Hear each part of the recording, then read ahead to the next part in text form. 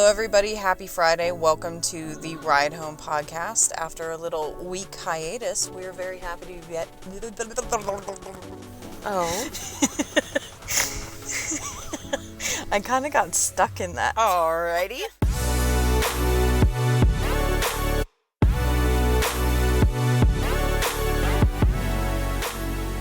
Hello, everybody. Welcome back to the Ride Home podcast. My name is Abby. Hey guys, I'm Caitlin. After a week-long hiatus, which is very long for us to not go to a movie theater. It does feel particularly long. Yeah, but we are happy to be back tonight in the movies. We went to go see Jurassic World Dominion, which Yes. I lovingly refer to it as Domination in my head for probably the past 3 months.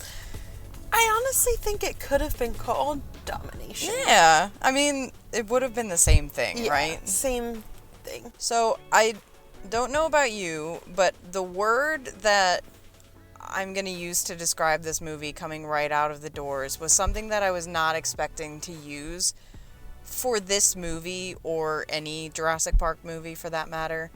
But, immediately, movie ended, credits rolled, and the first thing that came to my mind was just that was cute. Yeah. I wasn't expecting cute to be my response. It felt very,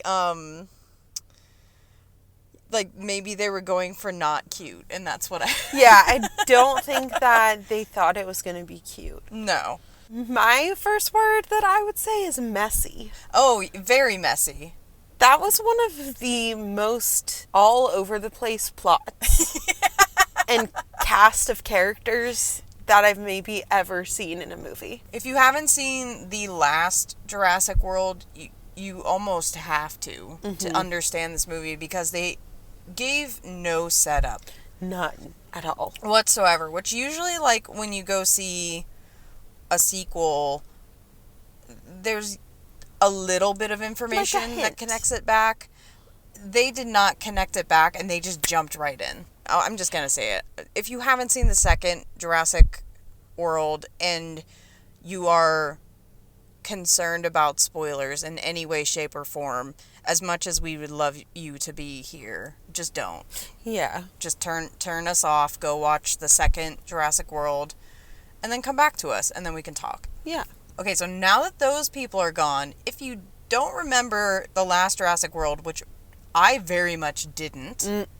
I didn't remember most of it. It took me a solid 30 minutes into the movie to lean over to Caitlin and go, wait a second, is that girl a clone? Which I forgot that at the end of the second movie, they end up in a mansion, and in the mansion there's a girl hidden away that's a clone. Yes. And they steal her away. Okay, yes. Which that movie was also a disaster. But I completely forgot who this person was, and so this movie opens up with Chris Pratt's character, Owen, and I don't know what Bryce Dallas Howard's name is. Claire. And they're raising this child, this teenager, in the woods, and I was like, okay, is that their kid? Has it been, enough years that, they have, a 13-year-old girl now?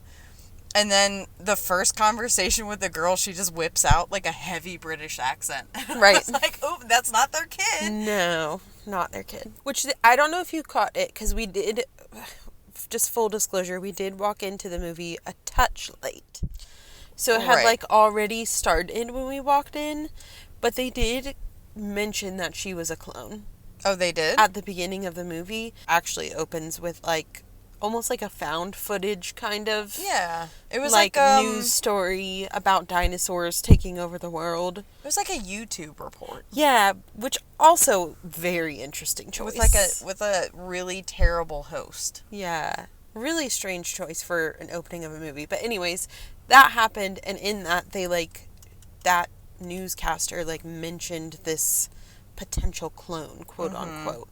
But it was very brief. Okay, so I missed that. And when you asked me if she was a clone, that's the only way that I was able to answer that question. Is because I happened to hear that one part of her news story. Because we walked in the opening sequence where there was a dinosaur attacking a boat. So I caught the whole newscast. Yeah. But I completely, it shot over my head.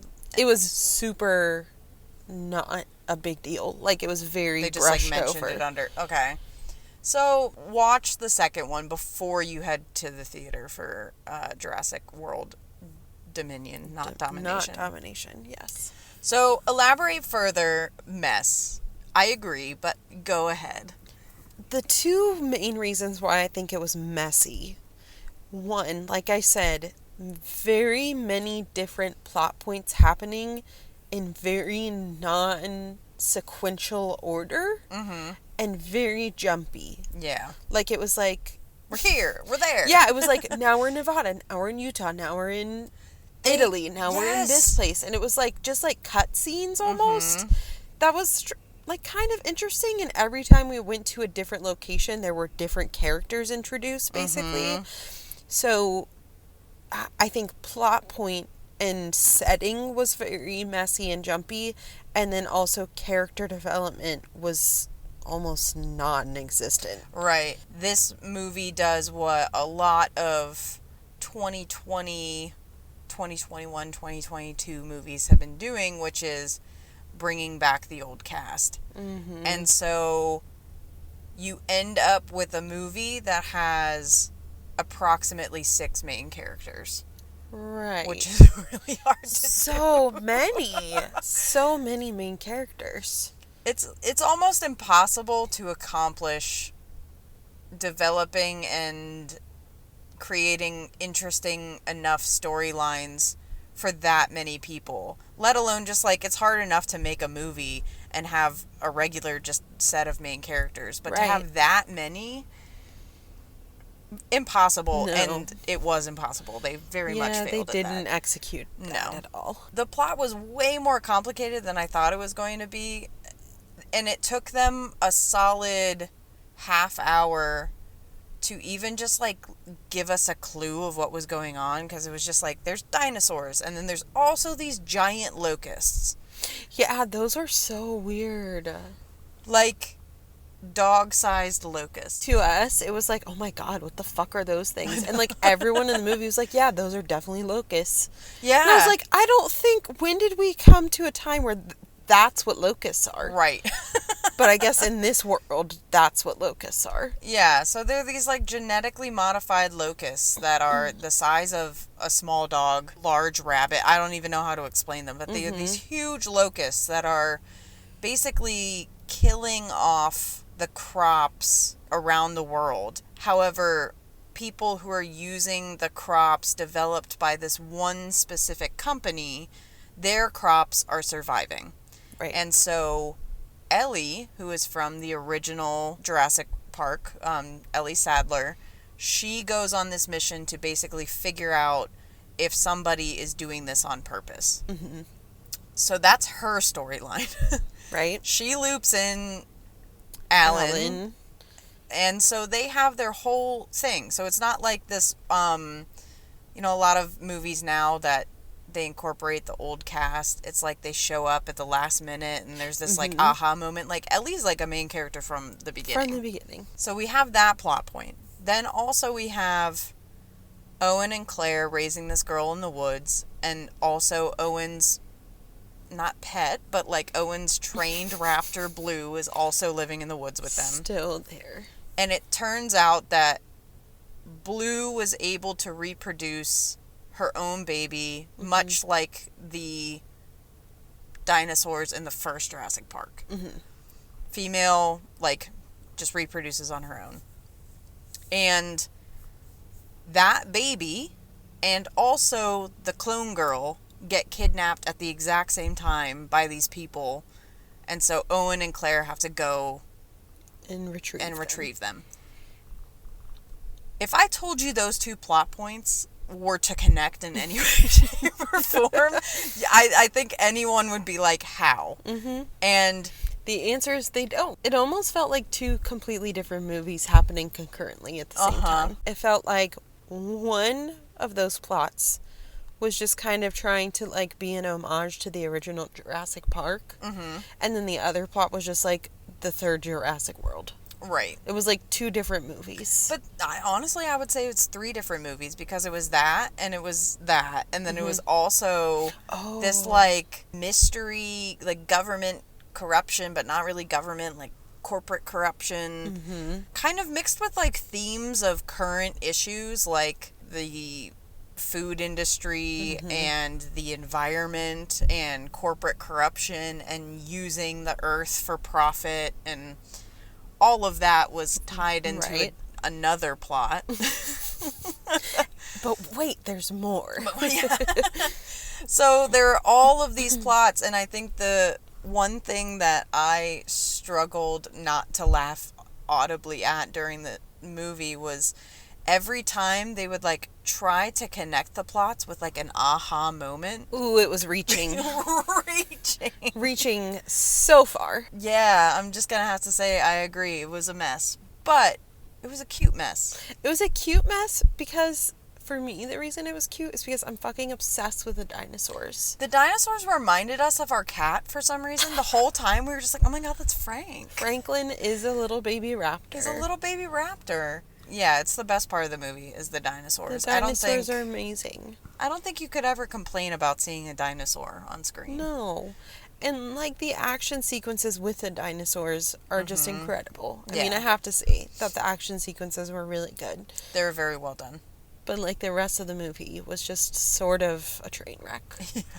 Honestly. And I think they had some cute moments. You know, the relationship between Owen and Claire and this girl, that was a little cute. And seeing the old cast of characters back from Jurassic Park was cute. And I honestly thought that they did a really good job of slipping immediately back into their characters. Yeah. It was cute because Dr. Ian Malcolm was back. He's cute. They aged really well. They did. All 3 of them did. I don't know how old they all are, but, like, Dr. Grant aged incredibly well. He's like a little bit of a zaddy. I know. And he's like, I gotta say, he's like pushing like 70. He's gotta be close to 70. Because I know there was a huge age gap between him and Ellie in the first one. And it was kind of like questionable that they were like, you know, flirting with each other in the first one, because everyone was like, this girl is in her 20s and this is like a 45-year-old man. Right. And in this one, you know, clearly they have a huge age gap. They kind of look the same age. Like, he aged really well. He did. He could get it. Yeah. And it was great, too, because they had little homages to the original. Like, there's a scene where Ellie takes her sunglasses off really slowly, and Malcolm is still on his bullshit. He's always on his fuck shit. Giving philosophical speeches. And, I mean, those scenes with the old cast, I loved them. Me too. And it wasn't, I mean, I'm biased because I love the original movie. It's like one of my favorite movies of all time. But I honestly genuinely think that with the script that they were given, those 3 actors utilized it and made the most of it. Absolutely. And I think if it were anyone else, it wouldn't have gone that well. No. You know, like it was that good because of them. Yeah. Honestly. I'm gonna say it, like, Chris Pratt was really bad in this movie. Yeah. Like, there was not good. There was a scene where he, like, was rushing into the cabin saying, like, we have to go. And it was almost like they did it on, like, a rehearsal take where he was putting in, like, half of his effort. He was like, okay, we have to go start the truck. And it's like this, like, emergent situation. Right. And it was like they took the first take right out of him being off of a nap in his trailer. It was very odd. Also, they put him in the smallest clothing I have ever seen on a man, and he is not skinny right now. No, he's a little beefy. He put on some wedding weight. He did. He got married to Schwarzenegger and beefed up. I mean, to fit in with the family, yeah, he right? probably has to. Arnold's been stuffing protein down his throat. You got to take your creatine.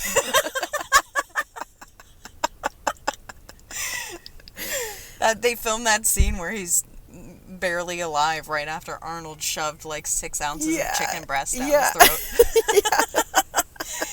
But Yeah, he just didn't do anything for me. No. I gotta be honest with you, if it was just a movie with the 3 old leads, I would have been perfectly happy. I didn't need to see anything involving Chris Pratt or Bryce Dallas Howard or the girl, to be honest with you. No.